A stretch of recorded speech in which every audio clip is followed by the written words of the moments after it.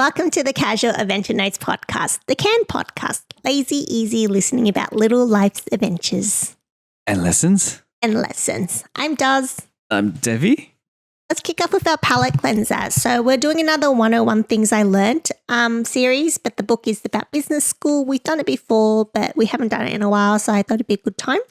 Devy, do you want to pick a number? Yeah, let's go with 100. Okay, let me flip to that page. Flip. Boop, boop, boop. Okay, so the title is Passion Drives the Business, Business Runs the Business. And on the left-hand side, it's just an illustration of a book that says business plan. It reads, many small businesses fail because their owners mistake their passion for a field for a desire to run a business in that field. Successful business owners are passionate but recognize that enthusiasm is not an adequate business plan. They know that business of business, marketing, financing, hiring, training, firing, planning, negotiating, purchasing, balancing the books, maintaining the physical plans, resolving employee tips, and more must receive primary attention if their passion is to thrive. That's a good one. Yeah, I think there's always there's two types of people. Yeah, you have the person that's like the visionary, the one that comes up with like the ideas and develops a product of some sort. And then you have the one that's really good around starting up, the business itself and how to sell that product and how to get it onto the shelves and make it a big success. Yeah, I think that's why you have employees in like different departments and stuff like that. If you want your business to scale, I think like passion is just an idea and you can't do much with an idea unless you have some sort of business sense. And it's not, you don't need all of them because that's what you rely on other people for, but you need something to kick it off, right? Like you have to, depending on what your personal skills are, I feel like you need to rally like the right people to be able to start something up and turn it into something that is functional and scalable and something that is you can make money from it basically. Yeah. Because otherwise it's just like if you're just doing your passion, then it just becomes a hobby. Yeah, that's right. I think it comes down to like, and maybe this is like, you have people that are really good at selling stuff and the person that might be, like you said, the great at making the tech expert or whatever. Can you repeat that last line? You just started talking to your lap. I did. I lost my train of thought. There's two types of people. There's people who are like sellers and yeah. So I was kind of trying to say like, you need like the person that is like the salesperson because sometimes the person that is, the creator of the product, they might be really into the detail of, how this thing works and how it should be used, but that is not what drives interest from the public. And so sort of your broader point around like having employees such as salespeople comes in as really important because they're the ones that actually lift the product up and make it, either a flop or a success. Yeah, they're definitely like a key element depending on what your product is or what you're trying to do. It's pretty interesting because I think like you grow up in a world where, well, depending where you grow up, but where we grew up in a world where a lot of movies and a lot of lessons in life, they say like, just follow your dreams, believe in your dreams, you won't work another day in your life if you love what you do. Like you get fed these optimistic, idealistic thing about what work is or what business is. And I think as you experience it, you realize that it's not that straightforward, unfortunately. And I think that's why it's important to have things outside of work that are important to you as well. Like I think passions are important. And if you can turn it into work, then of course there's always going to be some gains and something fulfilling about it as well. I think it's also okay for it to not be fulfilling. Like I think it's okay for a job just to be a job and to like work towards someone else's idea or plan. And I think people, well, I'm actually probably speaking from my own experience, but I think like when I was younger, it's like you almost feel bad that you're not doing more. That makes sense? More as in more what you are Yeah. interested in and getting paid for that. Yeah. Yeah. Well, I mean, sometimes like the things you're interested in aren't going to really pay the bills, and bills at the end of the day don't stop coming if you're not doing something you enjoy. But yeah, that's right. I think sometimes a job is just a job, and it's about getting that paycheck, and then you making sure you have something on the side that gives you that fulfillment. Yeah, fulfillment. Exactly, that's the right word. Yeah. And I also think like it doesn't mean that you shouldn't care about your job.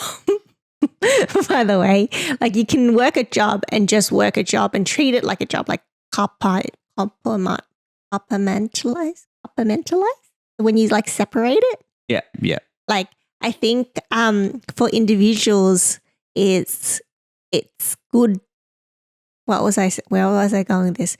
You can work a job and sorry, let me start again. So when you work a job and it's just a job, like you still need to care and you still need to do a good job when you're actually there. Like I don't think it's an excuse to slack off just because it's not the most meaningful thing in the world.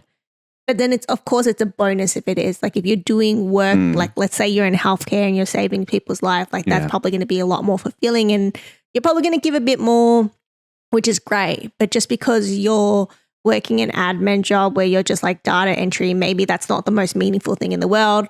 But two parts of that, you are contributing to something bigger. So I think people need to remind themselves that that's the case. But also it's an exchange of service. Like you are getting paid for it. So you should be doing a good job of it as well. And I think that's kind of a pattern today. I think a lot of people are learning that it's okay that a job is just a job, but as a result, they're starting to kind of slack off a little bit.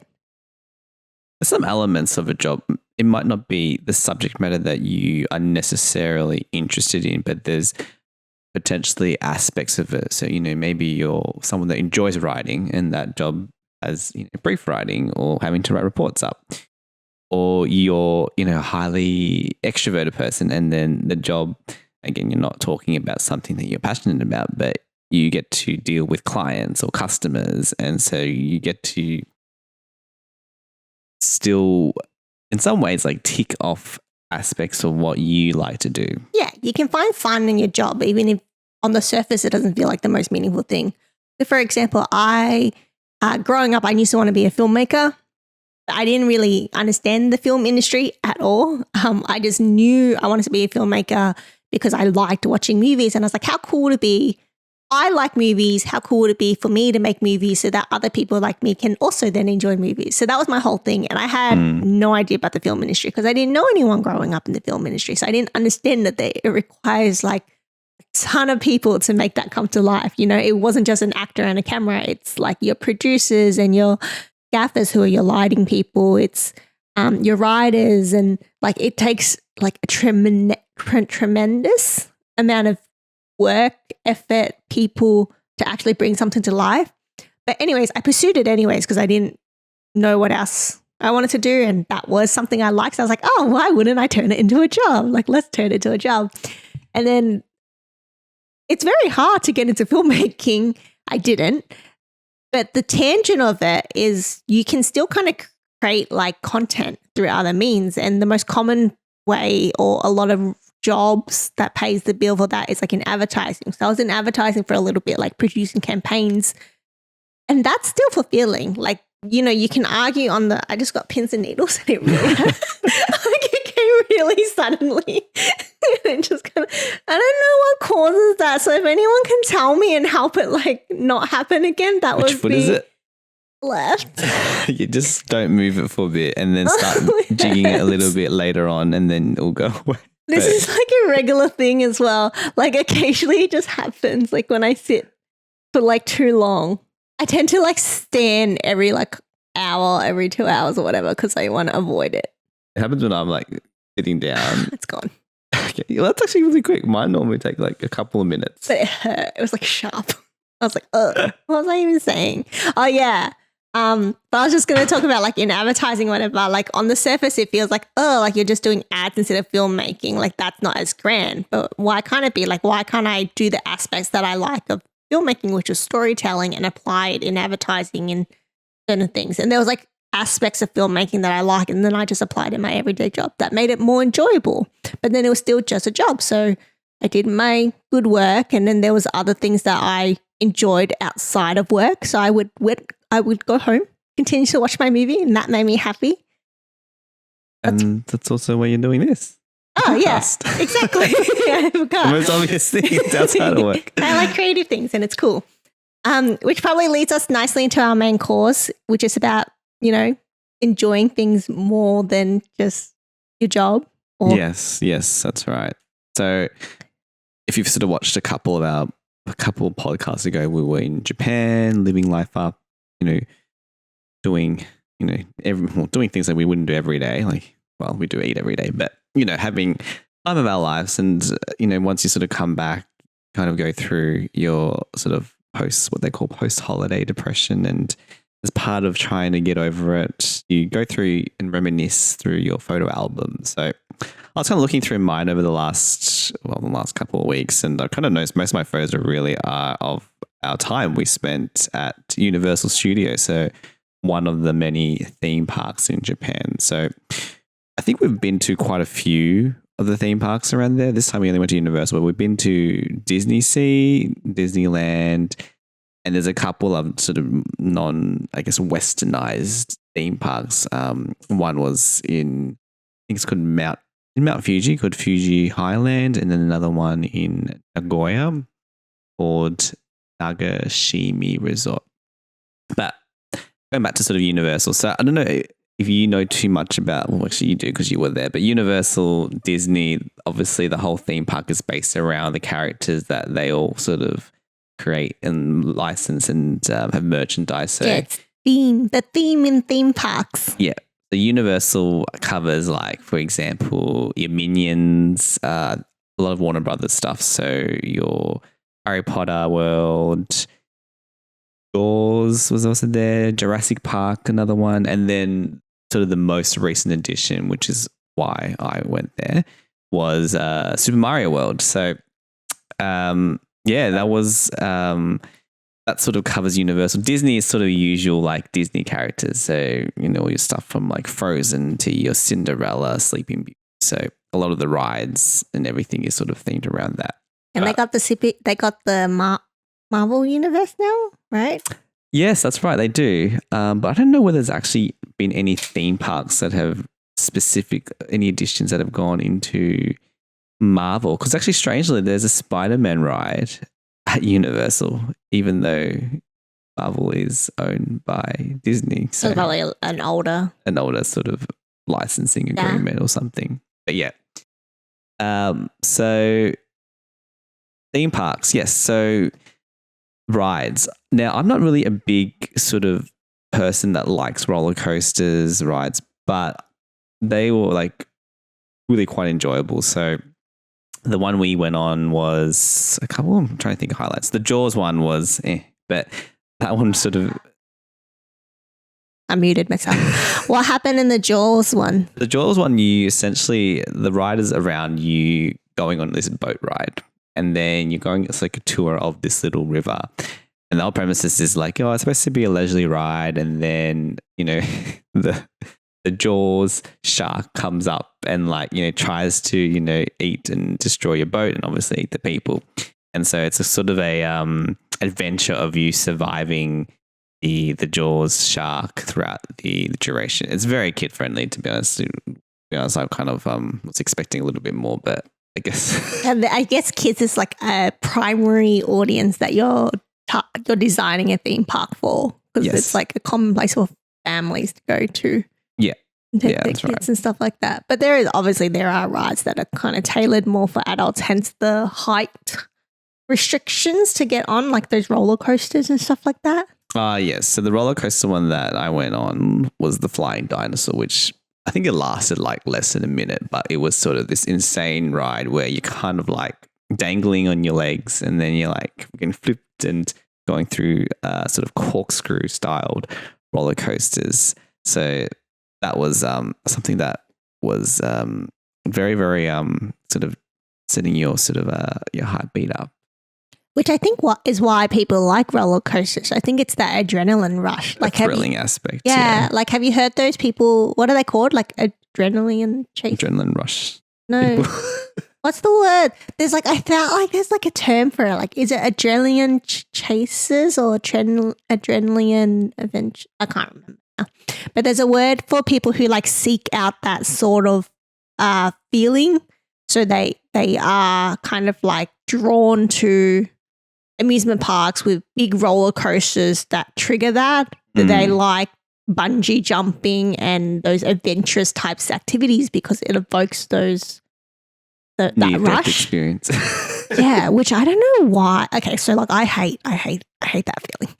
I hate roller coasters. I don't like the suspense. Yeah. I don't like the out of normal feeling that you get when you're experiencing these rides. And I know all the reasons I hate it is the reasons people like it. Yeah. And I don't understand. There's always like this when I'm on a roller coaster that is, one of those intense, non-child friendly ones.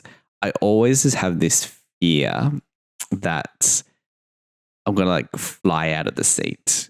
I feel like the seats like a little bit like not perfect because obviously with the seats they can't sort of standardize it to everyone. That's just one universal seat. I always feel like they're just a little bit too big for me.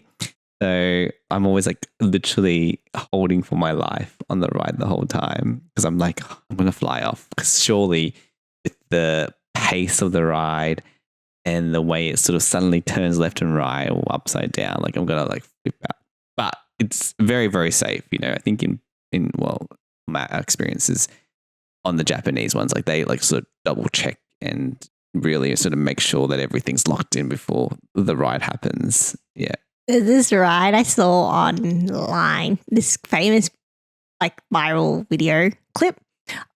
It's a guy that runs the ride and then it's the amusement ride where you drop very suddenly. Oh yeah. So it's that type of ride where like you're like you climb all these stairs, you get seated, you get belted in, and then when it goes, you just drop very suddenly. So you get that when your stomach kind of like falls out of your body, that feeling? Yeah. So it's that ride, but it's really funny. So the clip is just of the person running the ride, like filming him and two girls. And then he tricks them. So he goes, just doing final checks, da-da-da-da. Like belts are good. The thingy that holds your arms in is good. He shakes it and he's like, yeah, all good. And then as he is about to drop it, he pretends to get a phone call and then he pretends that there's a part of the ride that like he has forgotten to do. What do you mean? There's like a seat belt. Boom. And presses the button and they drop. So it makes it sound like he's forgotten something. So they get like this extra rush of fear, but it's like a joke. Like he does it for like almost every single person. But I thought it was, oh my God, I would hate to be the person on the other side. That's like, pretty funny. Yeah, sort of tugging on people's well, that's what fear and yeah. People chase that, right? Because like even horror houses, so that Mount Fuji theme park, the haunted house on. There's a haunted house there, which is supposed to be one of the most scary haunted house ever. Yeah, so just for context, it's like the whole theme of it. It's an abandoned hospital and you have to navigate your way out with this like this pen-sized torch and a little map, but doing it almost completely in the dark. And so, there's people chasing you. You're going through, random alleyways and hallways, not alleyways, but hallways, and a lot of like hanging bodies and stuff. It's very gruesome. And I think at the start you watch this video that probably sets the tone around the introduction of like the hospital and how it originated and what's happened there. But yes, it's what you're saying. It's like one of the most scary, allegedly one of the most scary haunted houses in the world. Yeah. So actors who like act in haunted houses that play the monsters to scare you and chase you and stuff like that, like they always target the ones who are the most scared because it's funny. Like it's funnier. They're going to evoke a better reaction from them versus someone that's not. So we went years ago with like a group of people. So there's like a bunch of us and we all kind of like hyped each other up to all do it, even though like half of us are scared of these things on a normal basis. Like we don't watch thrillers or horrors and stuff. Like a lot of them would normally tap out of this if it was just like 3 of us, but it was a big group of us. So we all kind of like hyped each other up. We're like, okay, let's all go, blah, blah, blah. And then like we get through as the group. And then as you said, that first section, like they want to set the scene before you walk in. So they're setting the tone of like how this hospital became abandoned, and they show you the video. And I don't watch horrors at all or thrillers because I can't handle it. Like my paranoia just goes through the roof. I cannot. So I went in anyways because I was like hyped up. And then I was probably like a couple minutes into the clip and I was like, I can't do this. I was like freaking myself out there, like just sitting there watching the video and then like the suspense before like going in. So I like stood up, I'm like, I gotta leave. And then the people, they wouldn't let me leave because they would ruin the experience for everyone, right? Because it's like, you break because it's in a dark room. The mood's already set. Imagine this girl just like leaving and they have to like open the door and the light like beams I think if in. anything that helps their case, like for the people that haven't come in yet, couldn't even go through the video itself, let alone the. So they try to encourage me not to leave, right? And then I have a very close person to me there. We'll call her C. C for I don't know. C. We'll just call her C. And she like they wouldn't let me leave. So C stood up and it was the best because she is confrontational on a need by basis, but her character is quite like chilled and she'll just like let things like run with the flow. Like she's happy for things just to like play out how it should. She's quite carefree and she always tells people not to take things too seriously. But she will step up if she never needs to step up. And in this instant, she saw me like freaking out because I was basically like crying at this point. And she just stood up and started screaming at the people hosting it. And she was just like, she's scared. She doesn't want to do it. You can't force her to do it. And then they were trying to explain like, apparently, so I got out. Like, spoiler, I got out. It was fine. She got me out. But allegedly, and you can speak to this, there's like sections, and then they were trying to explain how like when you run through or explore each section, there is like an exit door, so you don't have to go through to the next section. So if you do get too scared, there is like she was basically saying you just go through the first one and it gets scarier as you go, so just exit after the first one. Yeah, I think she was the worker that was trying to like, you know, obviously get you to try it. Yeah, at least the first step. Totally. But you couldn't cope with it. I was not okay. And then yeah, C was just like screaming, and then she like basically forced the worker to like let me out. So then she walked me out, and then funnily enough, someone else in the group like also got scared and like sneaked up behind me and walked out as well. So 2 of us left. And then C went back in and actually did the whole thing. And then out of the group, majority of the group actually finished it. But we were sitting, like me and the other person was sitting on the bench just outside of it, waiting for everyone to finish. There was 2 or 3 people who couldn't finish it, so they ran it halfway and they're like telling us about it. Yeah, but it's pretty full on. Like I heard, like they literally chase you. Yeah, they don't touch you. They're not loud, but they don't. But they're full, like pretty much like close to you. Because I remember we got sort of segregated into 2 groups, and some of like the areas, like it was so tight that you kind of had to walk in a single line, and then me, for some reason, like was stuck in the back, so I couldn't even like. If someone would, and so normally the person that would be getting chased would be the person in the back of the line, and I couldn't really like exactly fly above everyone else. So. Yeah, that was if you're very into like scary rides and all that stuff, then definitely worthwhile going to.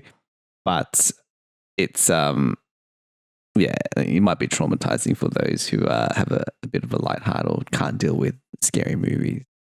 Yeah, I need to overcome that fear because I get way too. Because the other one that is also a little bit scary, but it's probably bordering on like child scary. And going back to Universal is the Harry Potter ride, which is the Forbidden Journey, and essentially like you're on this. They call it like a VR sort of style video. Yeah, like an immersive experience with real life like puppets and things in there to give it some I guess 3D aspect or whole vision around that. So that one was essentially going through a journey of like the whole sort of Harry Potter world. And I think one of the specific segments was with the Dementors. And you can see her face.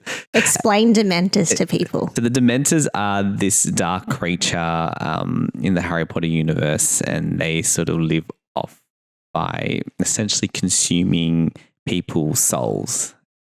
So they'll essentially come up to someone's face and essentially suck their soul and, in effect, their happiness out of them. And that's what they call the Dementor's kiss. So in this ride, there's a point where you're facing the Dementors, and I remember like these giant, like Dementors are like these just kind of ghost-looking creatures. They've got like these, it's almost like a black sheet with this sort of skeleton face and this hole for the mouth, which is where they do their thing, their kiss. But they would sort of come up, these giant puppets will come up and essentially get into your face, and then I think there was a little bit of like wet sort of. Oh yeah, it's fully immersive. So like you're on this like machine ride thing, like you're seated, and it like moves around to kind of mimic that you're flying on a broom. Yeah, that's like, right. Yeah, so you get that sensation, and then they'll blow air and spits of water and stuff like that during certain scenes to like make it feel more real. Yeah. So during that scene, there's like air. Oh yes, that's right. That's air. It's air, and then I think the wet one was like with the spiders, and Aragog. Hated it. I hated that thing. I just can't deal with those things. Okay, so Dementors in general just plays into a fear of mine. I don't like faceless things. They creep me out the most out of everything. It's just, I think it's the fact that without a face, there's like it's less humanized. Like it's just full creep at that point. Yeah. So I didn't like that. That's why I don't like Slender Man is like another horror scary video game, and I think it's also a show or movie, right? Yes. The guy has no face. Like him being like tall with long limbs and stuff, like that's freaky, of course, but I probably could learn to deal with that. But the fact that his face is just like, nah. I guess because you can't read what their intent, because there's no face, and you can't read what their intentions are. Maybe it's that. Whether they're happy or sad or angry, or they're about to, do something evil. Yeah. Without a face, you can't see that or read that. So it's almost the mystery and the unknown that is what makes it scary. I think that's why I don't like roller coasters, because I don't know what to expect. And I don't like suspense because I don't know what's coming. I think kind of sounds like you don't like surprises. Yeah, probably. I really like knowing. I like You did enjoy, like, for example, the Minion ride. Yeah, but there's not like suspense, so there's not like anything for me to like be cautious of. Like I knew that it was just going to be a good time, and that was like enough to know about. Was that like your favorite ride, actually? Yeah, because I love Minions. They're so freaking cute. They're adorable, and I like that McDonald's has a Despicable Me theme at the moment. So there's like banana caramel flavor, everything. Oh, that banana caramel pie is actually pretty banging. Is it? Yeah. I like it with the ice cream. I don't know if I like it by itself. I think it's almost this, because it's pretty much like they just cut bits of that pie and put it in the ice cream. So. But I feel like they mix like more caramel in the ice cream and stuff like that. Or it spills out. I don't know. I don't know what it does. It's just yum. So talking about food though, other thing around like that's great about theme parks is the food. Now the food isn't actually like, it's not, you're not getting your Michelin star, amazing, deep flavors or anything. But there's just something about theme park food that is so, again, addicting, and that you have to get it, and it's also very overpriced. So the one thing, I don't know whether this is in theme parks across the world, or is again just specific in Japan, because that's where mostly I've been to, but it's getting the signature turkey drumstick. So I don't know whether anyone's had turkey drumsticks, but they're like essentially like 5 times the size of like a normal chicken, like it's a chicken drumstick, you could say. And it's really funny because you see like all these little kids that are like 2-3 years old holding this giant drumstick and eating it like something from the Flintstones. But it's actually quite tasty. It costs a bomb, but it's almost like you have to get it whilst you're there, because where else sells a single turkey drumstick? Yeah. And what was some of the other foods we had that were really good. So It's like the gimmick. Gimmick, is that the right word? The novelty. Yeah, the novelty. That's It's right. the novelty. Themed food park is just a novelty, but like if you play into the novelty, you're gonna have a good time. But you don't actually get it for the actual food. It's The taste. bad. Yeah. It's expensive and it's bad. Like really, I wouldn't say really bad. It's still nice. No, it's it's just not. I bought a churros, Oh yeah.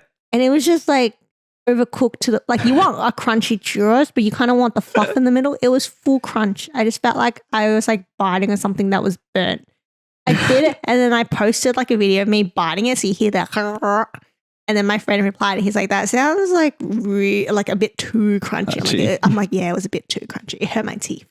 Yeah. But they're bad, but it's cute. Like it's decorated, and they'll have themed ones. So like you'll have a cart that has churros, and then if the character wears like pink and black, it'll be like pink and black on it. And then you'll go to another cart with churros, and it'll have like green and yellow because that character's green and yellow. So like it's the novelty. Like you can take cute photos and say you've had it.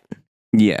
The food isn't great. And I think that was the experience we had when we went to the the Mario cafe, where it was all themed around Mario characters. So there was like was that a mushroom soup or something? And it was kind of in this little cute little mushroom bowl. She could have taken it. There was also that mushroom flavored popcorn, which was actually quite addicting. Oh, that was good. Was actually, really tasty. It almost tastes like it was truffle sort of flavored.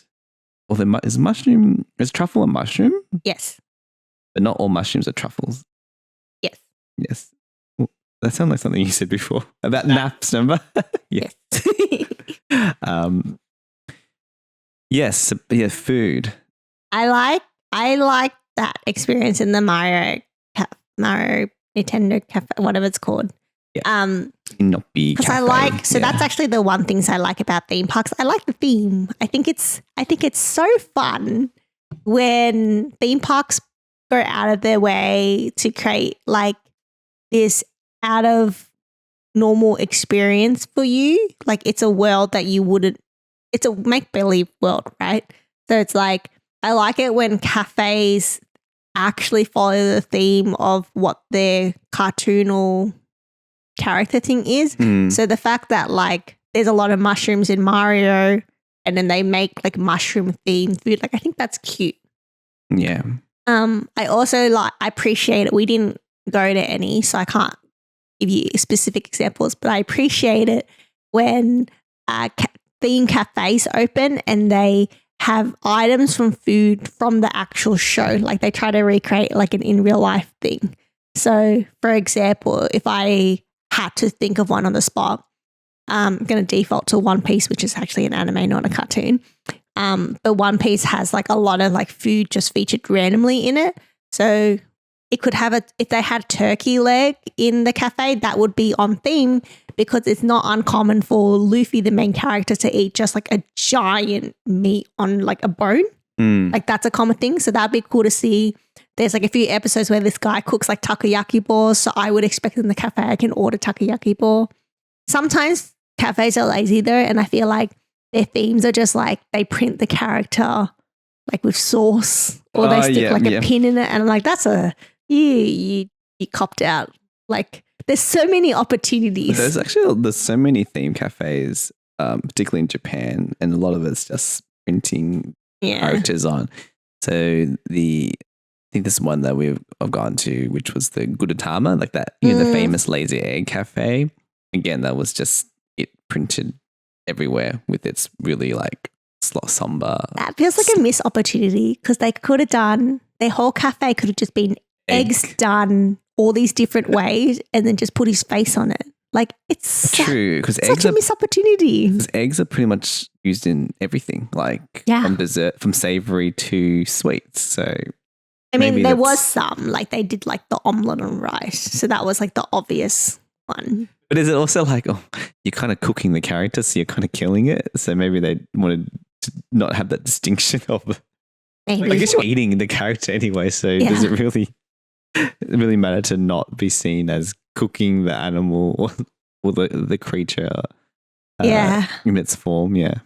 Even with Mario, that cafe, like the mushroom soup and stuff was good and cute, but even they missed opportunities. I guess it's a balance. I guess freaking going full circle back to our palate cleanser, they're just doing business because they're trying to like pick menu or localize like items that people would eat versus like to actually feed the actual person rather than Look, all theme parks in general do not have a reputation of doing amazing food, and that's why a lot of times if you don't really care for like the nostalgia and the gimmick, then a lot of people actually just bring food to theme I've parks seen. and just eat like, you know, in the benches and, you know, have their like probably taste better actually. Like, you know, there.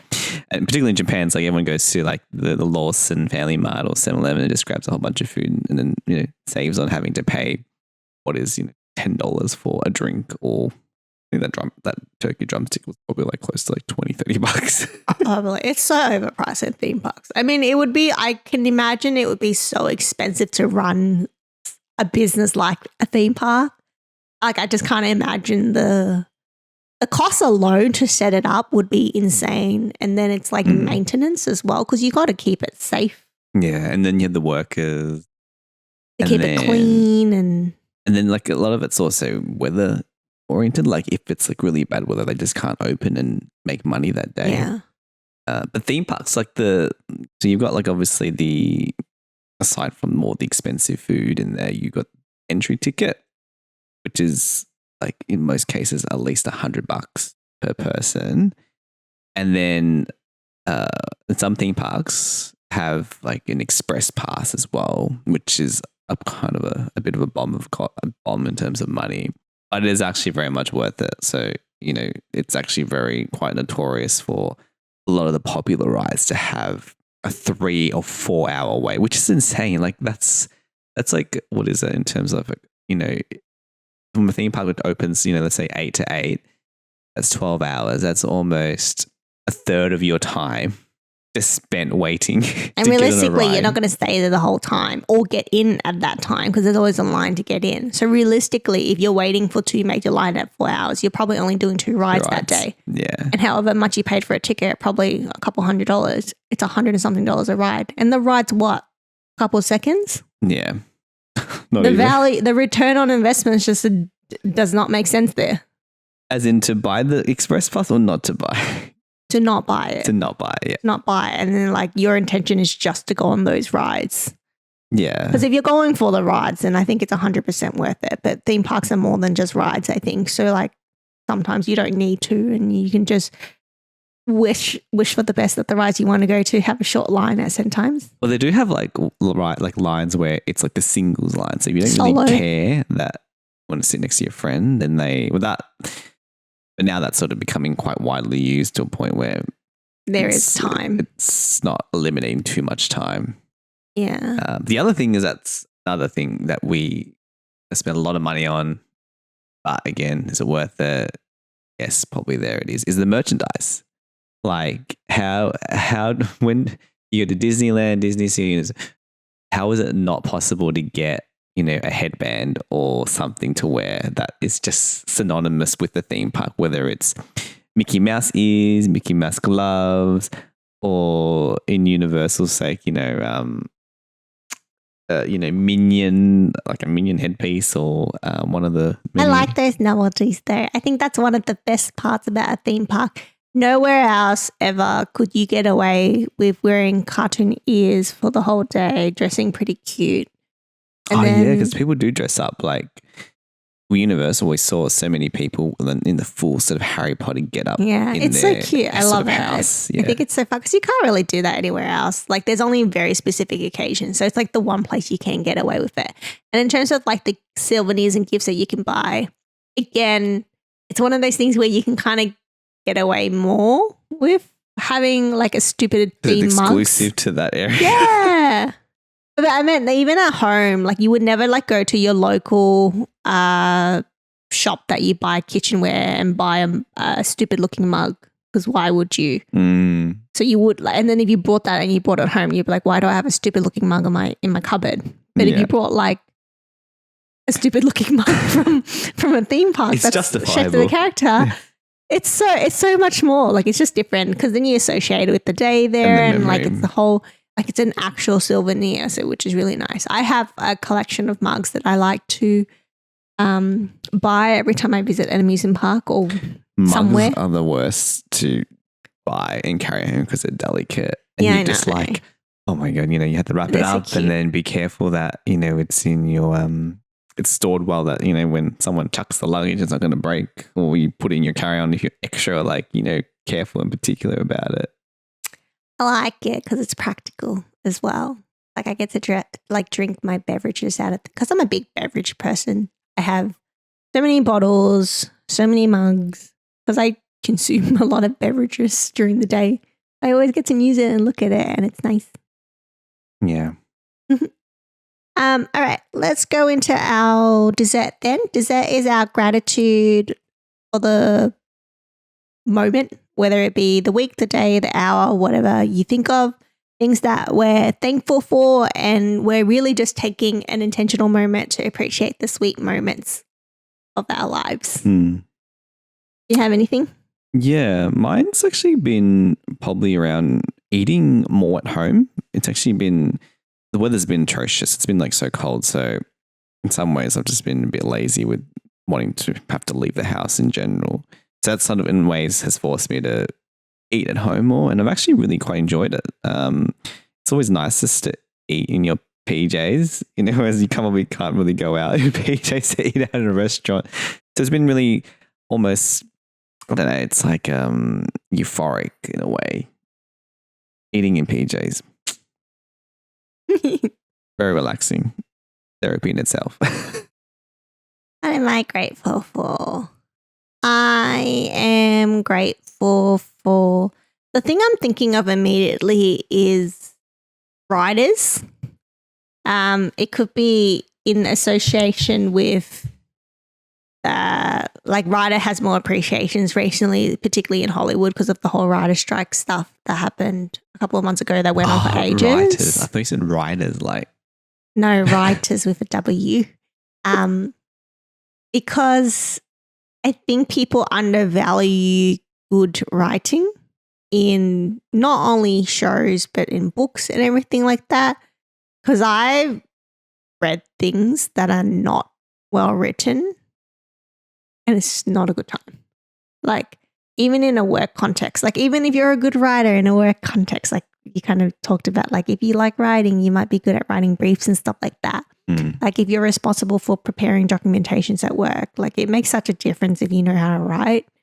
But I'm speaking more from a creative point of view because I've been watching a few shows recently, and sometimes there's certain movies I'll watch or certain shows I watch, and the writing is so good that at the start I don't even notice because I was like, oh, this show is so good. And then I think about it and I'm like, oh, it's the pacing. So it's a combination of like everything. Like it's not just the writing, but I think the writing plays such a significant part to it because it almost sets that foundation for everything else to thrive. So I think I'm thankful for really good writers, for people who pursue that passion and manage to make it a job because you're all very talented and I love consuming the work that you create. It's awesome.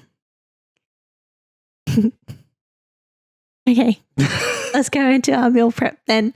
Meal preps are things that we're looking forward to or goals that we want to set that we want to just be more accountable for. So we want to just say it out loud. So goals wise, it's probably more to do with accountability. Whereas if we're just announcing things that we're looking forward to, then it's just kind of nice. What's that? Than anything too serious per se. Mine is around, I think I want to like, I've been in a bit of a slump lately, particularly again, coming back from holiday and being a little bit depressed and also being quite cold and not wanting to go out. I do want to sort of start having a bit more of a social life. So hoping to have some, catch-ups and friends over the next couple of weeks and start reintroducing people a bit more regularly in my life that aren't work. Oh, okay, cool. You want to see people. That's nice. Yeah, see your family and friends. See people where you want to see them, not because you're getting paid to see.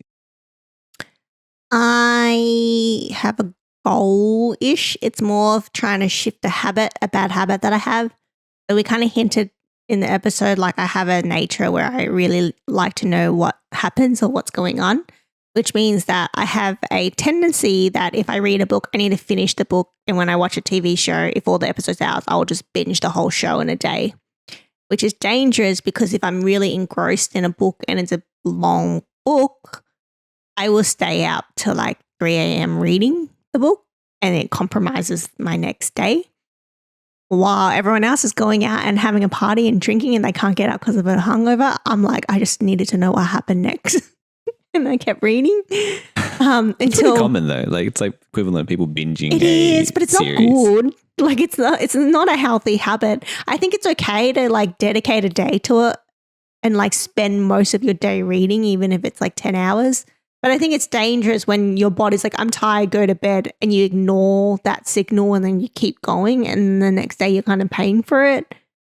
And then you still do it again the week after. Yeah. So I'm trying to break that habit and like in a way teach myself patience, and it's okay because I'm going to learn what's going to happen anyways.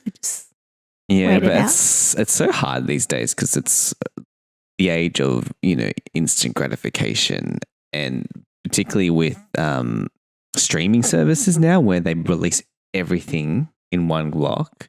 It's not like back in the days, remember like flicking through a TV guide and like watching something where you get an episode every week and you had to like wait till the next week to understand, what happened in that cliffhanger.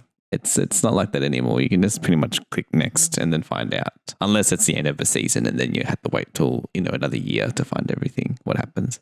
I was literally having that conversation with a good friend of mine.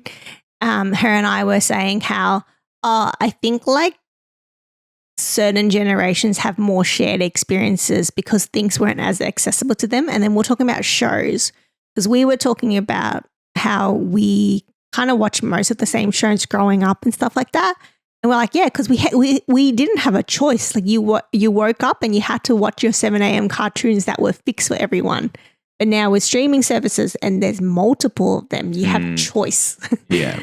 And that didn't exist before. So now there's still shared experiences amongst people, but now they're in like groups. Like you have little communities rather than like a more universal shared experience. Like it's not as common to have that mass following as you might have once, unless you have something that does blow up that has a mass following. Yeah. Back then there wasn't the internet. Well, the internet wasn't as prevalent. So it was a bit more of like everyone was at the same point of a storyline for its particular show. Whereas now, because it's all released in one bang go, everyone depends on the speed of how everyone watches it. Because if someone can like binge it all in like a couple of days, and they'll know what happens. Whereas some people might, well, I don't know how many people these days do it anymore, but watch one episode a week or one a day or something like that. It might not be up to everyone else. Do you know when the internet was founded?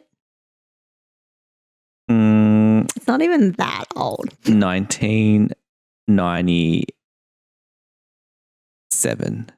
So this is a quick Google search, so I don't know how accurate it is.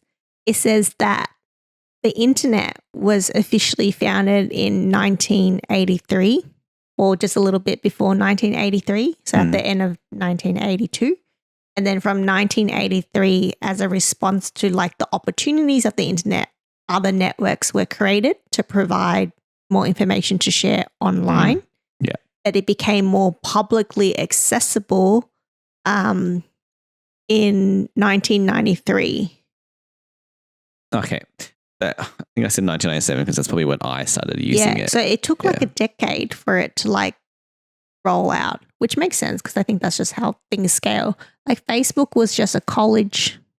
I remember this from the movie. It was a college social network. It was a Harvard University. One of them. Yeah. And then it branched out and now it's just a global social network. Yeah. Cool. All right, let's wrap things up. Thank you so much for tuning in. We appreciate you and we thank you for listening and sitting through all this.